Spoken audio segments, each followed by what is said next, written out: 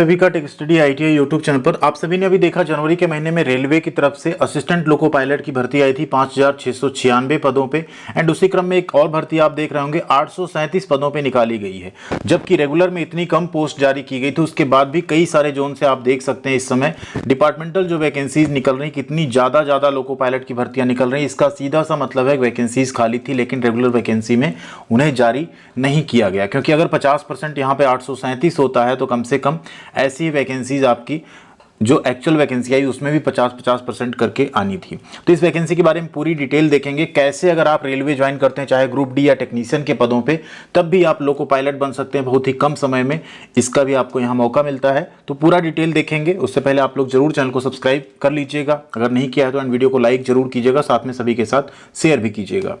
करने वाले railway RPF and RPS constable की बेस्ट बुक के बारे में, जो कि है चक्षु पब्लिकेशन से। अगर आप लोगों ने भी आरपीएफ कांस्टेबल का फॉर्म भरा है और आप बेहतरीन तैयारी करना चाहते हैं तो आप ये बुक जरूर परचेज कर सकते हैं, जिसमें आपको ऑनलाइन भर्ती परीक्षा जो आपकी 2024 होगी उसके लेटेस्ट सिलेबस के अकॉर्डिंग सामान्य ज्ञान, सामान्य बुद्धि एवं तर्क शक्ति और अंक गणित के आपको यहाँ पे 2500 से ज़्यादा बहुविकल्पी प्रश्न मिल जाएंगे हल सहित। 5 आपको सॉल्व पेपर्स मिलेंगे व्याख्यात्मक हल सहित, साथ में आपको 20 प्रैक्टिस सेट भी यहाँ पे प्रोवाइड करवाए जाएंगे। तो आप लोग इसे जरूर परचेज कर सकते हैं। यहाँ आप देख सकते हैं सभी ऑनलाइन वेबसाइट्स पे भी आपको मिल जाएगी, फ्लिपकार्ट, अमेजोन पे। डिस्क्रिप्शन में भी हमने लिंक दे दी, वहाँ से भी आप डायरेक्ट इसको परचेज कर सकते हैं। साथ में आप इस नंबर पे भी व्हाट्सअप करके कांटेक्ट कर सकते हैं।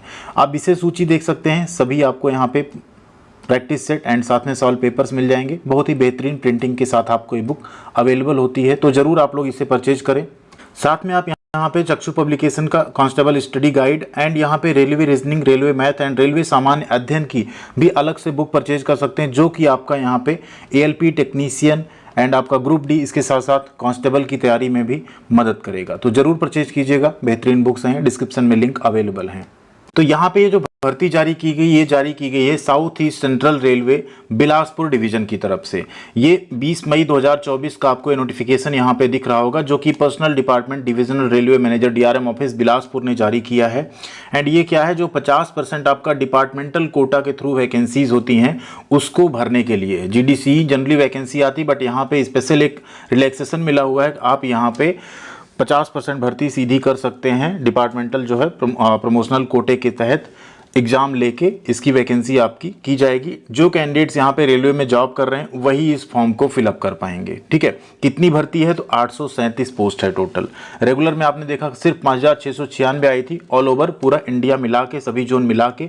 यहाँ पे अकेले जो बिलासपुर डिवीजन है वहाँ से सिर्फ 837 पोस्ट आपको देखने को मिल रही है।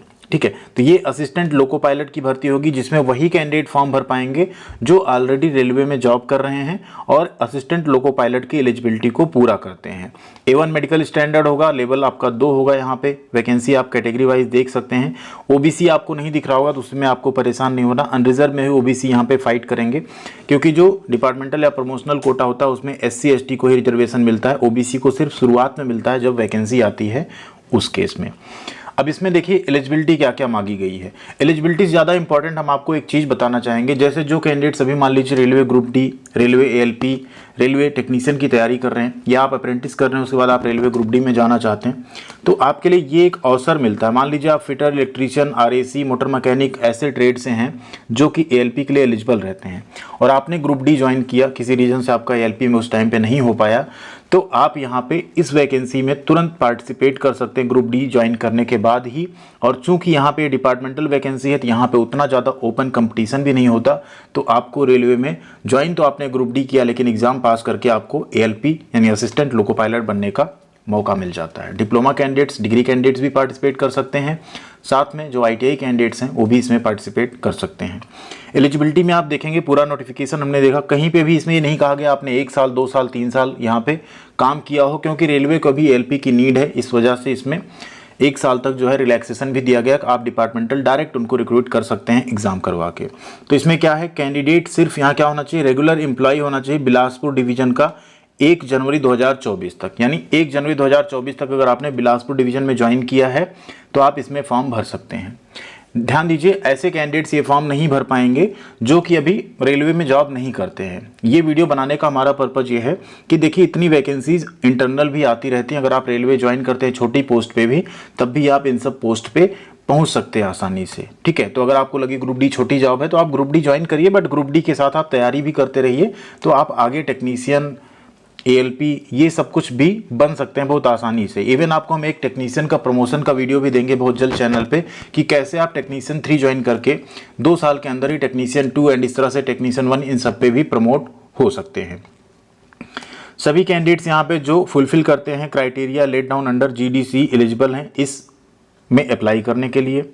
स्टाफ जो ट्रैक मशीन कंस्ट्रक्शन ऑर्गेनाइजेशन के हैं, ठीक है, टेक्निकल डिपार्टमेंट बिलासपुर डिवीजन के, वो भी इसमें एलिजिबल हैं अप्लाई करने के लिए।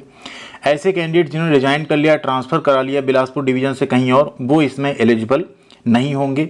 सभी रेगुलर एम्प्लॉय जो लेवल 1 के हैं, ध्यान दीजिए, देखिए इसी को हम बता रहे थे, अगर आपने ITI किया है, आपने ग्रुप डी में ज्वाइन किया है, ठीक है, बट आपकी एजुकेशनल क्वालिफिकेशन ALP के बराबर है, तो भी आप यहाँ पे एलिजिबल हैं अप्लाई करने के लिए। ठीक है, तो ये बहुत अच्छा अपॉर्चुनिटी आपके पास है कि लेवल 1 में भी आप यहाँ पे अगर हैं तो आप ALP के लिए अप्लाई कर सकते हैं।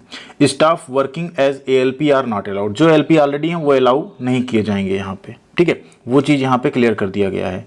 RPF या RPSF में अगर आप हैं तो भी आप इसमें अप्लाई नहीं कर सकते हैं। मेडिकल एग्जामिनेशन A1 कैटेगरी का रहेगा, वो पहले ही हमने आपको बता दिया है कि A1 में आपको कलर ब्लाइंडनेस, आई साइट, आपका बाकी सारी फिजिकल फिटनेस देखी जाएगी। एजुकेशनल क्वालिफिकेशन में देखिए आपने मैट्रिकुलेशन पास की हो, साथ में आपने ITI या अप्रेंटिसशिप की हो, किसमें, तो यहाँ पे टोटल आपको दिखेंगे कुल 12 ट्रेड दिखेंगे यहाँ पे, जिसमें आपका फिटर, इलेक्ट्रीशियन, इंस्ट्रूमेंट मैकेनिक है, मिलराइट या मेंटेनेंस मैकेनिक है, मैकेनिक रेडियो एंड टीवी है, इलेक्ट्रॉनिक मैकेनिक है, मैकेनिक मोटर व्हीकल है, वायरमैन है, tractor mechanic, armature and coil winder है, मैकेनिक डीजल और हीट इंजन है।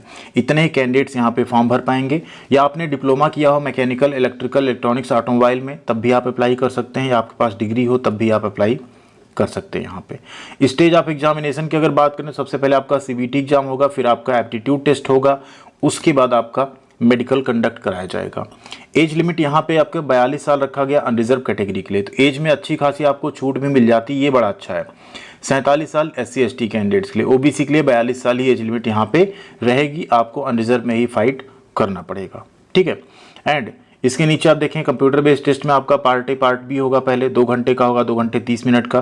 क्या क्या आपका रहेगा पार्ट A में, 1/3 का नेगेटिव मार्किंग रहेगा। सिलेबस भी आपका यहाँ पे पूरा दिया गया जो आपको पढ़ना होगा, इसी नोटिफिकेशन में सारी चीज़ें दी गई हैं। फिर आपका पार्ट B होगा जो कि क्वालिफाइंग नेचर का होगा। ठीक है, इसके बाद आपका नॉर्मलाइजेशन होगा, फिर आपका यहाँ पे कंप्यूटर बेस्ड एप्टीट्यूड टेस्ट या साइको टेस्ट होगा, उसके बाद आपका मेडिकल एंड डॉक्यूमेंट वेरिफिकेशन कराया जाएगा। यहाँ पे लास्ट डेट है फॉर्म भरने का यहाँ पे 21 जून 2024, उससे पहले आपको फॉर्म भर देना है। एंड एक चीज़ और, आपको अपना एप्लीकेशन जो है अपने जो ऑफिसर हैं, कंट्रोलिंग ऑफिसर, उनसे भी आपको 24 जून 2024 तक जो है फॉरवर्ड करवा लेना है। अगर आप ये नहीं करवाते हैं तो आपका फॉर्म नहीं माना जाएगा। ठीक है, एंड इसको आपको ऑफिस में जमा कर देना 28 जून 2024 तक। इसके बाद अगर करते हैं तो फिर आपका ये फॉर्म एक्सेप्ट नहीं किया जाएगा। तो जो कैंडिडेट्स बिलासपुर डिवीजन में काम कर रहे हैं, अगर आप ये वीडियो देख रहे हैं तो एक बार कमेंट करके जरूर बताइएगा। एंड जो कैंडिडेट्स अभी रेलवे में जाने का सपना देख रहे हैं, उनके लिए वीडियो हेल्पफुल हो सकता है, उनको एक मोटिवेशन मिल सकता है कि हम छोटी पोस्ट पे जाके भी बड़ी पोस्ट पे इस तरह से प्रमोशन पा सकते हैं। ठीक है, तो ये भी एक क्राइटेरिया रेलवे में रहता है। तो उम्मीद करते हैं वीडियो आपके लिए हेल्पफुल रहा होगा। बाकी आपका कोई भी डाउट है, कोई भी सवाल है, तो आप लोग कमेंट जरूर कीजिएगा, हम आपको वहाँ पे रिप्लाई जरूर करेंगे। एंड साथ में ऐसी सभी अपडेट इन्फॉर्मेशन के लिए आप लोग जुड़ सकते हैं हमारे साथ टेलीग्राम पे भी, जहां हम सभी तरह की अपडेट इन्फॉर्मेशन और PDF आपके साथ शेयर करते रहते हैं। तो प्लीज़ वहां पे भी जरूर जुड़िएगा। थैंक यू वेरी मच, ख्याल रखिएगा अपना। मिलते हैं अगली अपडेट के साथ अगले वीडियो में।